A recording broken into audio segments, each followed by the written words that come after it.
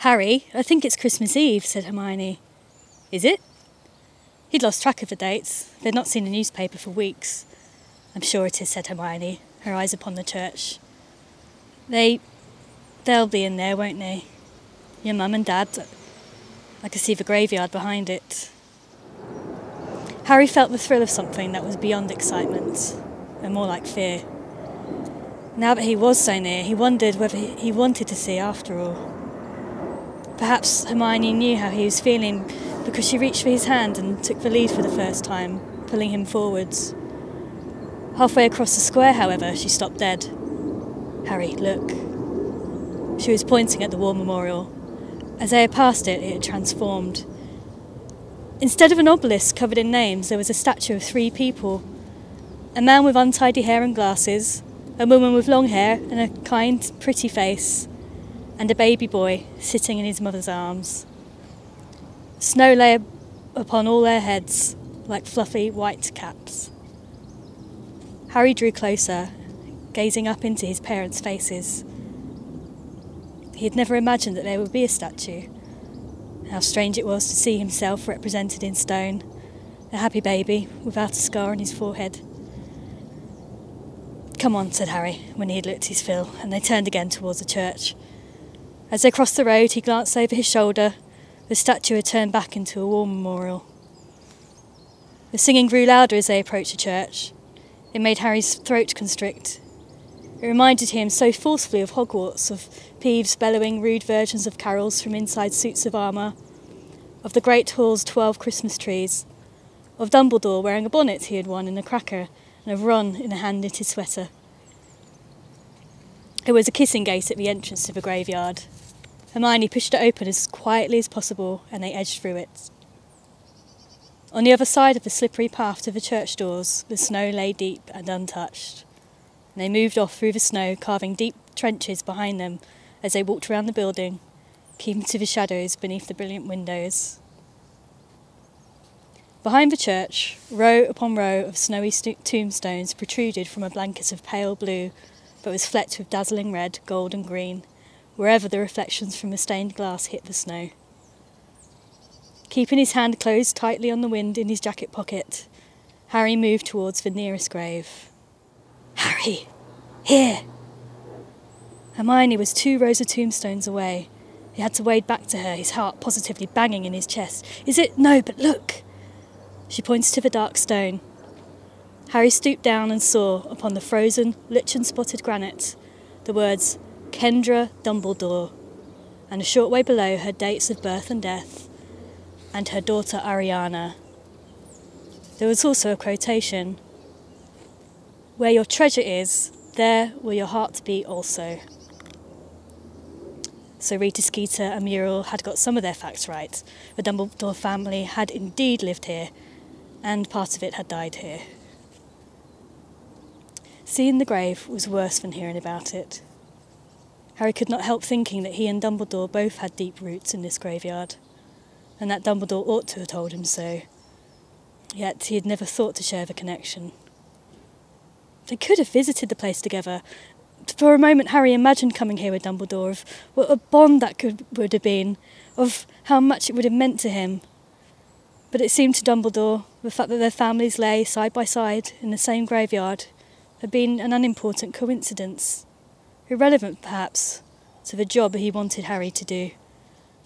Hermione was looking at Harry, and he was glad that his face was hidden in shadow. He read the words on the tombstone again. "Where your treasure is, there will your heart be also." He didn't understand what those words meant. Surely Dumbledore had chosen them as the eldest member of the family once his mother had died. "Are you sure he never mentioned—" Hermione began. "No," said Harry curtly. "Then let's keep looking." And he turned away, wishing he had not seen the stone. He did not want his excited trepidation tainted with resentment. "Here," cried Hermione again a few moments later, from out of the darkness. "Oh no, sorry. I thought it said Potter." She was rubbing at a crumbling, mossy stone, gazing down on it, a little frown on her face. "Harry, come back a moment."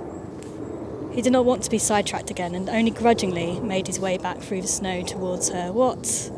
Look at this." The grave was extremely old, weathered so that Harry could barely make out the name. Hermione showed him the symbol beneath it. "Harry, that's the mark in the book." He peered at the place she indicated. The stone was so worn that it was hard to make out what was engraved there, though there did seem to be a triangular mark beneath the nearly illegible name. Yeah, it could be. Hermione lit her wand and pointed it at the name on the headstone. It says Ignotus, I think. "I'm going to keep looking for my parents, all right?" Harry told her. A slight edge to his voice, and he set off again, leaving her crouched beside the old grave. Every now and then he recognised a surname that, like Abbott, he had met at Hogwarts. Sometimes there were several generations of the same Wizarding family represented in the graveyard. Harry could tell from the dates that it had either died out or the current members had moved away from Godric's Hollow. Deeper and deeper amongst the graves he went, and every time he reached a new headstone he felt a little lurch of apprehension and anticipation. The darkness and the silence seemed to become all of a sudden much deeper. Harry looked around, worried, thinking of Dementors, then realised that the carols had finished, that the chatter and flurry of churchgoers were fading away as they made their way back into the square. Somebody inside the church had just turned off the lights. Then Hermione's voice came out of the blackness for the third time, sharp and clear from a few yards away. "Harry, they're here! Right here!" And he knew by her tone that it was his mother and father this time. He moved towards her, feeling as if something heavy were pressing on his chest. The same sensation he had had right after Dumbledore had died, a grief that had actually weighed on his heart and lungs. The headstone was only 2 rows behind Kendra and Ariana's. It was made of white marble, just like Dumbledore's tomb, and this made it easy to read as it seemed to shine in the dark. Harry did not need to kneel or even approach very close to make it out the words engraved upon it.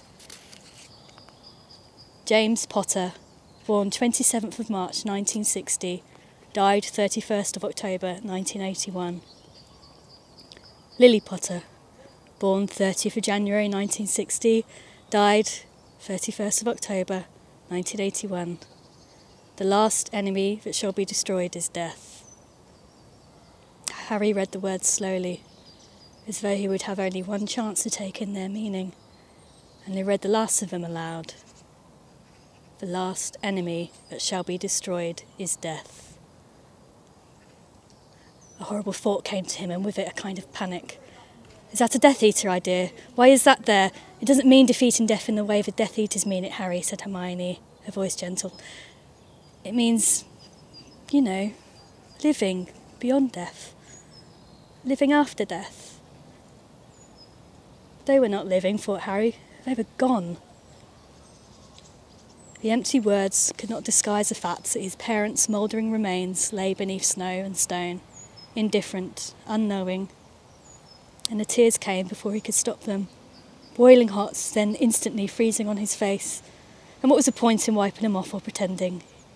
He let them fall, his lips pressed hard together, looking down at the thick snow, hiding from his eyes the place where the last of Lily and James lay. Bones now, surely, or dust. Not knowing or caring that their living son stood so near, his heart still beating, alive because of their sacrifice, and close to wishing at this moment that he was sleeping under the snow with them. Hermione had taken his hand again and was gripping it tightly. He could not look at her, but returned the pressure, now taking deep, sharp gulps of the night air, trying to steady himself, trying to regain control. He should have brought something to give them, and he had not thought of it, and every plant in the graveyard was leafless and frozen. But Hermione raised her wand, moved it in a circle through the air, and a wreath of Christmas roses blossomed before them. Harry caught it and laid it on his parents' grave. As he stood up, he wanted to leave. He didn't think he could stand another moment there. He put his arm around Hermione's shoulders, and she put hers around his waist, and they turned in silence and walked away through the snow, past Dumbledore's mother and sister, and back towards the dark church and the out-of-sight kissing gate.